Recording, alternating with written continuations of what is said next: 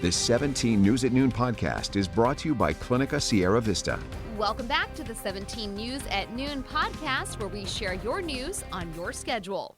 Good afternoon. Thanks for joining us today. I'm Maddie Jansen in for Elena Rusk. Wildfire smoke is making its way into the Central Valley and triggering an air quality alert for our area. The Redwood Fire in Sequoia National Park. So far, the fire's only burned about 75 acres, but it's in a really remote area, and there's no word on any containment of this fire. And ongoing fires in Oregon are also contributing, and that will affect the whole of the San Joaquin Valley. As we cool off over the weekend, in fact, the air could worsen. And now to your 17 Court Watch. Guilty of first-degree murder. That's the verdict in the murder case of a young man accused of brutally stabbing his girlfriend to death with an ice pick. Daniel Gunnarsson was covered in blood when he was arrested back in 2021 after deputies say they found him with the body of Catherine Pham in a garage in Ridgecrest. During the trial, prosecutors said that Gunnarsson and Pham had been dating only a month when they started fighting, and she was killed the next day. A jury yesterday found Gunnarsson guilty of first-degree murder and mutilation of a corpse. He faces life in prison at his sentencing. 26 years after Carrie Anderson of Bakersfield was raped, beaten, and left for dead, the trial's wrapping up for the suspect accused of carrying out that vicious attack. Closing arguments started yesterday in the trial of Michael Allen Fontes, who faces life in prison if convicted of charges that include attempted murder, aggravated mayhem, kidnapping, and rape. Prosecutors say in 1997, Fontes left a bar with Anderson, attacked her, and left her for dead behind Golden Empire Transit's maintenance yard. Anderson suffered permanent injuries and died in late 2021 at the age of 63, living long enough to hear of Fontes' arrest that year. A man accused of groping a teenage girl as she walked home from middle school has taken a plea deal. 22-year-old Timothy Kensavith will receive a 2-year prison term and must register as a sex offender for life after pleading no contest to felony sexual battery, according to the district attorney's office. Kensavith was arrested in April after 2 girls, both 14, reported they were walking home from Freedom Middle School when a man approached from behind and groped one of them. The Bakersfield Police Department's investigating a deadly motorcycle crash in southwest Bakersfield. It happened yesterday morning on Ming Avenue. Police say a woman was riding a motorcycle when the driver of an SUV turned directly in her path. The rider was taken to the hospital where she later died. The driver of the SUV stayed on scene and is cooperating with investigators. And meantime, a man who was riding a bird scooter was hit and is in critical condition. It happened just before 8 p.m. on Highway 178 east of Cancheria Road. That's near the Mesa Moran Sports Complex. Witnesses tell investigators the scooter crossed into the path of the SUV and was struck. The rider was thrown from the scooter and taken to the hospital with major injuries. Police say he's in critical condition. Labor Day marks the unofficial end of summer, and that means the fun's coming to an end at our local spray parks.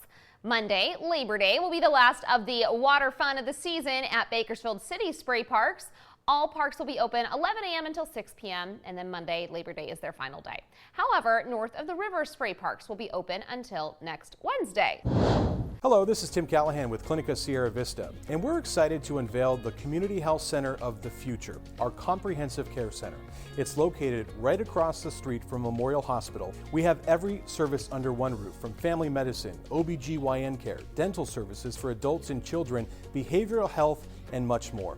So find your way to better care at Clinica Sierra Vista this year at our comprehensive care center. Visit our website, clinicasierravista.org, for the latest on this project. We'll see you soon. And now making news around the state and turning to the latest on Senator Shannon Grove's human trafficking bill. Tomorrow, a key legislative committee will decide the fate of this bill, which seeks to classify child sex trafficking as a serious felony. Capitol correspondent Eitan Wallace caught up with the bill's author, Bakersfield State Senator Shannon Grove, and talked about how she feels about the bill's future. Well, Senator Shannon Grove says here at the state capitol, support for her bill has only grown, and now she's hopeful it will make it across the finish line. We're proud today to let you know that we have 64 co-authors. Senator Shannon Grove announcing more than half the members of the state legislature from both parties have signed on to her bill, SB 14. It seeks to classify human trafficking of anyone under the age of 18 as a serious felony in the state of California and would categorize it under the state's 3 strikes law for reoffenders. That could lead to increased jail time and penalties for convicted traffickers. If you were to ask Californians, Democrat, Republican, or Independent, if sex trafficking a minor should be a serious felony in the state of California, I can pretty much guarantee that almost everyone would say yes. And she hopes the Assembly Appropriations Committee will also say yes this Friday when its members decide whether to kill the bill or move it forward.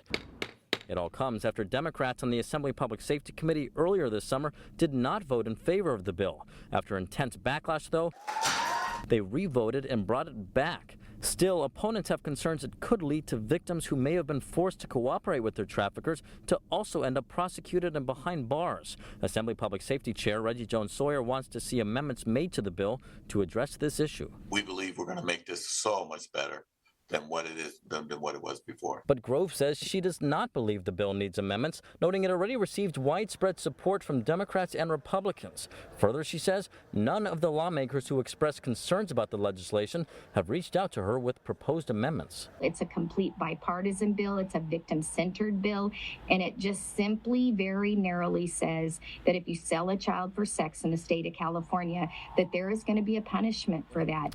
And the Assembly Appropriations Committee is set to meet first thing Friday morning. We, of course, will let you know what happens. Reporting from the state capitol, Eitan Wallace, 17 News. Now to news around the nation. Hurricane Idalia is made landfall, I should say, along Florida's Big Bend region Wednesday morning, causing widespread flooding and significant damages to homes and businesses. It's been downgraded to a tropical storm, but it could still drop up to 8 inches of rain in the Carolinas before heading offshore. NBC's Wendy Woolfolk has the latest from Charleston. The sun is out, but Idalia is relentless as residents as far north as Virginia are feeling its rain bands and gusty winds. There is a tropical storm warning, though, still in effect for the entire coast of North Carolina. But here in South Carolina, last night's high tide was the 5th highest in Charleston history, 9.2 feet, and exacerbated by the storm surge and supermoon.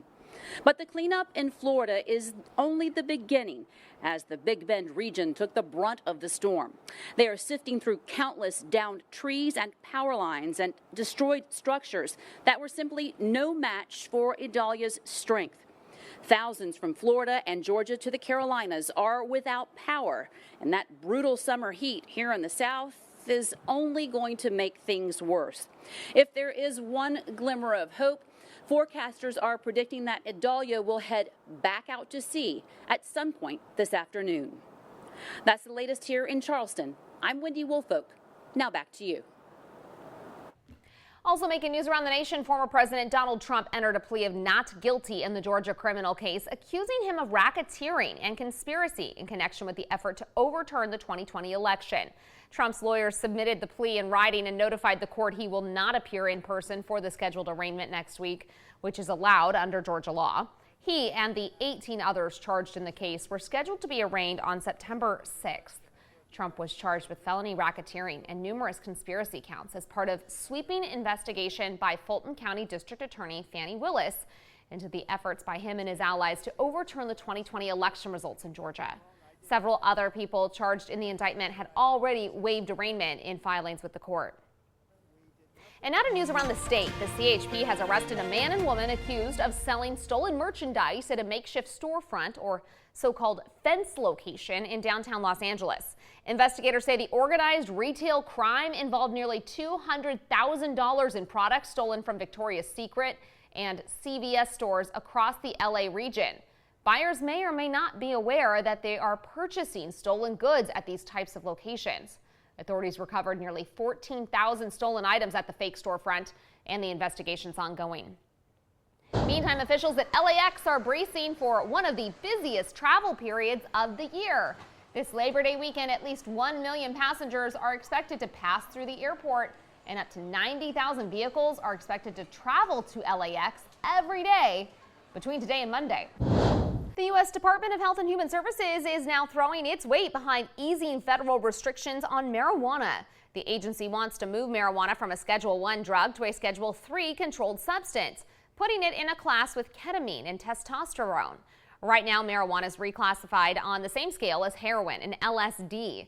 The reclassification would eliminate some of the hurdles facing the country's growing cannabis industry, such as access to banking services. It would also be a first step toward wider legalization. Currently, 40 U.S. states, including California, have legalized marijuana in some form.